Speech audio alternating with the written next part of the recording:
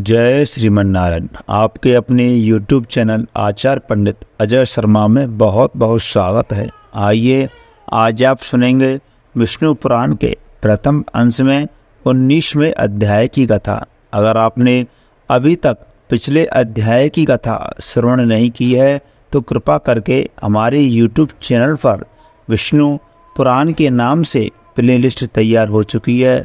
वहाँ पर आपको पिछले सभी अध्यायों की कथा सुनने के लिए मिल जाएगी। भगवान विष्णु की कथा सुनने एवं मनन करने से सभी कामनाओं की पूर्ति होती है। भगवान विष्णु आपकी सभी मनोकामनाओं को पूर्ण करेंगे, ऐसा मेरा विश्वास है। आइए आज आप सुनेंगे विष्णु पुराण के प्रथम अंश में 19वें अध्याय की कथा। इस अध्याय में प्रहलाद के द्वारा भगवान के गुणों का वर्णन और प्रहलाद की रक्षा के लिए भगवान का सुदर्शन चक्र को भेजना। तो आइए कथा प्रारंभ करते हैं। बोलिए विष्णु भगवान की जय, लक्ष्मी नारायण भगवान की जय। श्री पाराशर जी बोले, हिरण्यकश्यपु ने कृत्या को भी विफल हुई सुन अपने पुत्र प्रहलाद को बुला करके उनके इस प्रभाव का कारण पूछा। हिरण्यकश्यप बोला, अरे प्रहलाद, तू बड़ा प्रभावशाली है। तेरी ये चेष्टाएं मंत्रादित जनित हैं या स्वाभाविक ही हैं। श्री पाराशर जी बोले, पिता के इस प्रकार पूछने पर दैत्य कुमार प्रहलाद जी ने उनके चरणों में प्रणाम करके इस प्रकार कहा, पिताजी, मेरा यह प्रभाव ना तो मंत्रों के द्वारा है और ना ये स्वाभाविक ही है, बल्कि जिसके हृदय में श्री अच्युत भगवान का निवास होता है उसके लिए यह सामान्य बात है। जो मनुष्य अपने समान दूसरों का बुरा नहीं सोचता, हेतात कोई कारण न रहने से उसका भी कभी बुरा नहीं होता। जो मनुष्य मन, वचन या कर्म से दूसरों को कष्ट देता है, उसके ऊपर पर पीड़ा स्वरूप बीज से ही उत्पन्न हुआ उसको अत्यंत अशुभ फल मिलता है। अपने सहित समस्त प्राणियों में श्री केशव को वर्तमान समझकर मैं ना तो किसी का बुरा चाहता हूँ और ना कहता या करता ही हूँ। इस प्रकार सर्वत्र शुभचित्त होने से मुझको शारीरिक, मानसिक, दैविक और भौतिक दुख किसी प्रकार प्राप्त हो सकता है। इसी प्रकार भगवान को सर्वभूत में जानकर विद्वानों को सभी प्राणियों में अविचल भक्ति प्रेम करना चाहिए। श्री पाराशर जी बोले, अपने महल की अट्टालिका पर बैठे हुए उस दैत्यराज ने यह सुनकर क्रोधांध होकर के अपने दैत्य अनुचरों से कहा। हिरण्यकश्यप बोला, यह बड़ा दुरात्मा है, इसे 100 योजन ऊंचे महल से गिरा दो। इससे यह इस प्रकार पर्वतों के ऊपर गिरे और शिलाओं से इसके अंग अंग भिन्न भिन्न हो जाएंगे। तब उन समस्त दैत्यों और दानवों ने उनके महल से गिरा दिया और फिर भी उनके ढकेलने से हृदय में श्री हरि का स्मरण करते करते नीचे गिर गए। जगतकर्ता भगवान केशव के परम भक्त प्रहलाद जी के गिरते समय उन्हें जगत धात्री पृथ्वी ने निकट जाकर अपनी गोद में ले लिया। तब बिना किसी हड्डी पसली के टूटे उन्हें स्वस्थ देख करके दैत्यराज हिरण्यकश्यपु ने परम मायावी संभासुर से कहा। हिरण्यकश्यपु बोला, यह दुर्बुद्धि बालक कोई ऐसी माया जानता है जिससे यह हमसे नहीं मारा जा सकता, इसलिए आप माया से ही इसे मार डालिए। संभासुर बोला, हे दैत्येंद्र, इस बालक को मैं अभी मार डालता हूँ तो मेरी माया का बल देखो। देखो, मैं तुम्हें सैकड़ों हजारों करोड़ों माया दिखलाता हूँ।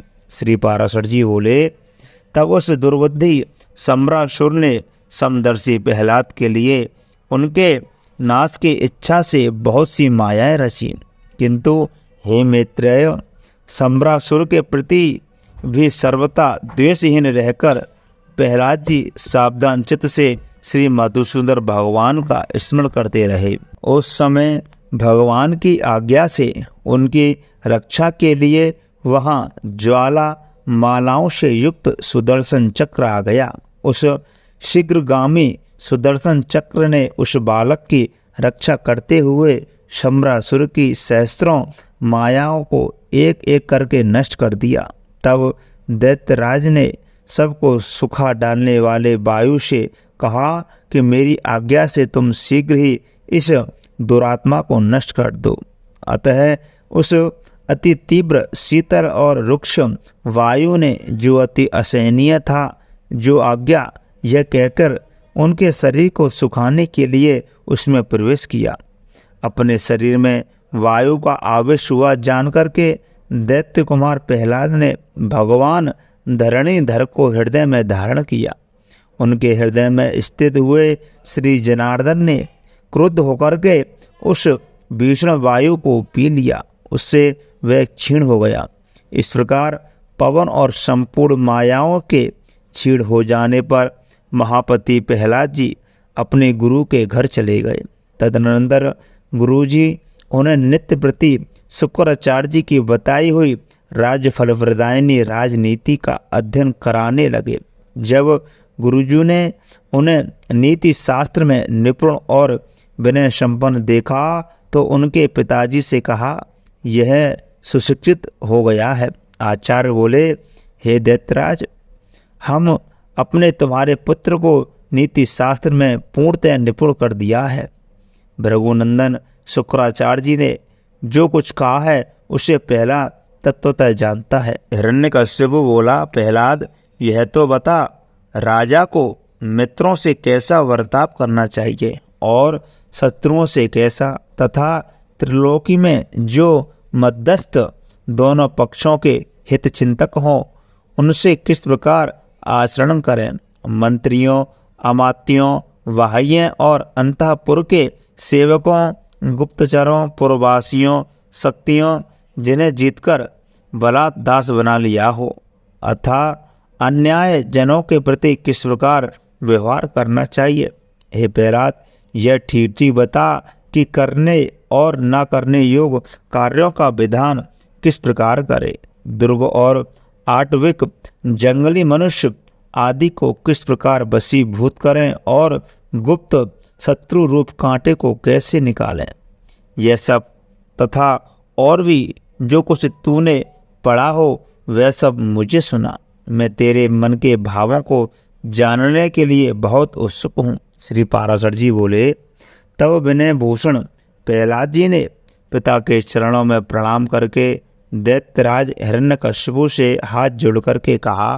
प्रहलाद जी बोले, पिताजी, इसमें संदेह नहीं, गुरुजी ने तो मुझे इन सभी विषयों की शिक्षा दी है और मैं उन्हें समझ भी गया हूँ, परंतु मेरा विचार है कि वे नीतियाँ अच्छी नहीं हैं। साम, दाम तथा दंड और वेद ये सब उपाय मित्रादि के साधन के लिए बताए गए हैं, किंतु पिताजी आप क्रोध न करें, मुझे तो कोई शत्रु मित्र आदि दिखाई ही नहीं देते।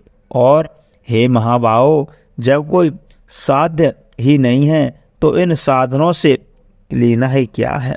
हे तात, सर्वभूतात्मना जगन्नाथ जगन में परमात्मा गोविंद में भला शत्रु मित्र की बात ही क्या कहाँ है। श्री विष्णु भगवान तो आप में, मुझ में और अन्यत्र भी सभी जगह वर्तमान है। फिर यह मेरा मित्र है और यह शत्रु है, ऐसे भेदभाव को स्थान ही कहाँ है। इसलिए हे तात, अविद्याजन्य दुष्कर्मों में प्रवृत्त करने वाले इस वाग्जाल को सर्वथा छोड़ करके अपने शुभ के लिए ही यत्न करना चाहिए। हे दैत्यराज, अज्ञान के कारण ही मनुष्य की अविद्या में विद्या बुद्धि होती है। बालक क्या अज्ञानवश खगोत को ही अग्नि नहीं समझ लेता। कर्म वही है जो बंधन का कारण ना हो और विद्या भी वही है जो मुक्ति की साधिका हो। इसके अतिरिक्त और कर्म तो परिश्रम रूप तथा अन्य विद्याएं कला कौशल मात्र ही है। हे महाभाग, इस प्रकार इन सबको असार समझकर अब आपको प्रणाम करके मैं उत्तम सार बताता हूँ। आप श्रवण कीजिए। राज पाने की चिंता किसे नहीं होती और धन की अभिलाषा भी किसको नहीं है, तथापि ये दोनों मिलते उन्हीं को हैं जिन्हें मिलने वाले हैं। हे महाभाग, महत्व प्राप्ति के लिए सभी यत्न करते हैं, तथापि वैभव का कारण तो मनुष्य का भाग्य ही है, उद्यम नहीं। हे प्रभु, जड़, अविवेकी, निर्मल और अनितज्ञों को भी भाग्यवश नाना प्रकार के भोग और राजाति प्राप्त होते हैं। इसलिए जिसे महान वैभव की इच्छा हो उसे केवल पुण्य संचय का ही यत्न करना चाहिए, और जिसे मोक्ष की इच्छा हो उसे भी समतत्व भाव का ही प्रयत्न करना चाहिए। देव, मनुष्य, पशु, पक्षी, वृक्ष और सरीसृप ये सब भगवान विष्णु से भिन्न से स्थित हुए भी वास्तव में श्री अनंत के ही रूप हैं। इस बात को जानने वाला पुरुष संपूर्ण चराचर जगत को आत्मवत देखे, क्योंकि यह सब विश्व रूपधारी भगवान विष्णु ही हैं। ऐसा जान लेने पर वे अनादि परमेश्वर भगवान अच्युत प्रसन्न होते हैं, और उनके प्रसन्न होने पर सभी क्लेश क्षीण हो जाते हैं। श्री पाराशर जी बोले, यह सुनकर हिरण्यकश्यपु ने क्रोधपूर्वक अपने राज सिंहासन से उठकर पुत्र प्रहलाद के वक्ष स्तन में लात मारी, और क्रोध तथा अमर्ष से जलते हुए मानो संपूर्ण संसार को मार डालेगा। इस प्रकार हाथ मलता हुआ बोला। हिरण्यकश्यपु ने कहा, हे विप्रचित्ते, हे राहो, हे बल, तुम लोग इसे भली प्रकार नागपाश से बांधकर महासागर में डाल दो। देरी मत करो, नहीं तो संपूर्ण लोक और दैत्य मानव आदि भी इस मूढ़ दुरात्मा के मृत का ही अनुगम करेगा, यानी कि इसी की तरह वे भी विष्णु भक्त हो जाएंगे। हमने इसे बहुतेरा रोका, तथापि यह दुष्ट शत्रु की ही स्तुति किए जाता है। ठीक है, दुष्टों को तो मार देना ही लाभदायक होता है। श्री पाराशर जी बोले, तब उन दैत्यों ने अपने स्वामी की आज्ञा को शिरोधार्य करके तुरंत ही उन्हें नागपाश से बांधकर समुद्र में डाल दिया। उस समय प्रहलाद जी के हिलने डुलने से संपूर्ण महासागर में हलचल मच गई, और अत्यंत क्षोभ के कारण उसमें सब और ऊंच नीची लहरें उठने लगी।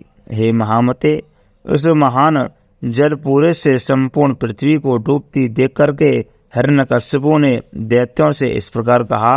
हिरण्यकश्यपु बोला, अरे दैत्यों, तुम इस दुर्मति को इस समुद्र के भीतर ही किसी ओर से खुला न रखकर सब ओर से संपूर्ण पर्वतों से दबा दो। देखो, इसे ना तो अग्नि ने जलाया, ना तो शास्त्रों ने काटा, ना सर्पों से नष्ट हुआ, और न वायु, विष और कृत्या से भी छीण नहीं हुआ, तथा न यह मायाओं से, ऊपर से गिराने से अथवा दिग्गजों से ही मारा गया।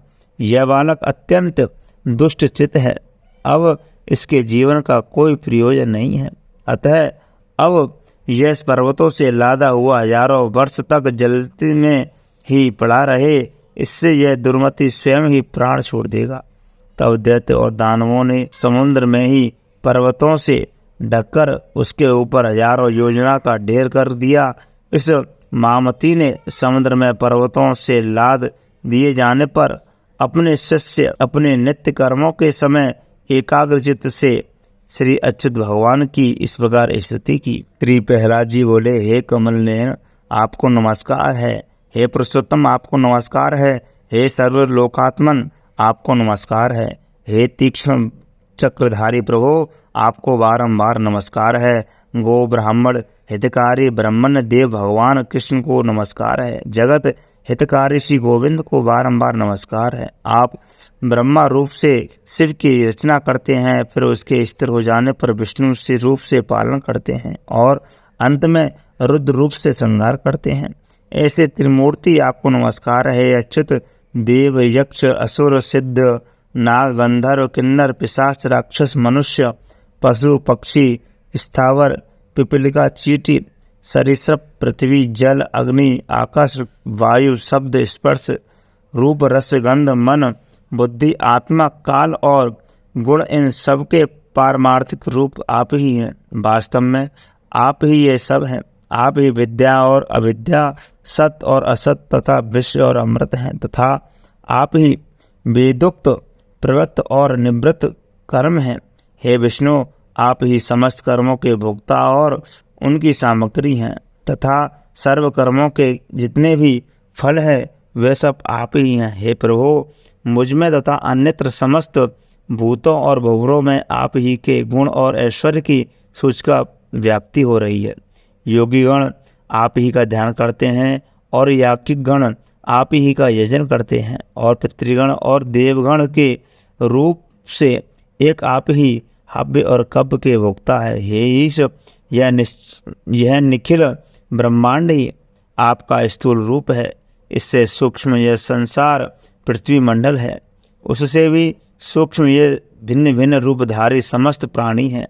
उनमें भी जो अंतरात्मा है वह और भी अच्युत सूक्ष्म है। उससे भी परे जो सूक्ष्म आदि विशेषणों का अविषय आपका कोई अचिंत्य परमात्मा स्वरूप है। इन पुरुषोत्तम रूप आपको नमस्कार है। हे शर्मात्मन, समस्त भूतों में आपकी जो गुणाश्रया पराशक्ति है। हे सुरेश्वर, उस नित्य स्वरूपिणी को नमस्कार है जो वाणी और मन के परे हैं, विशेषण रहित तथा ज्ञानियों के ज्ञान से परिच्छिन्न है।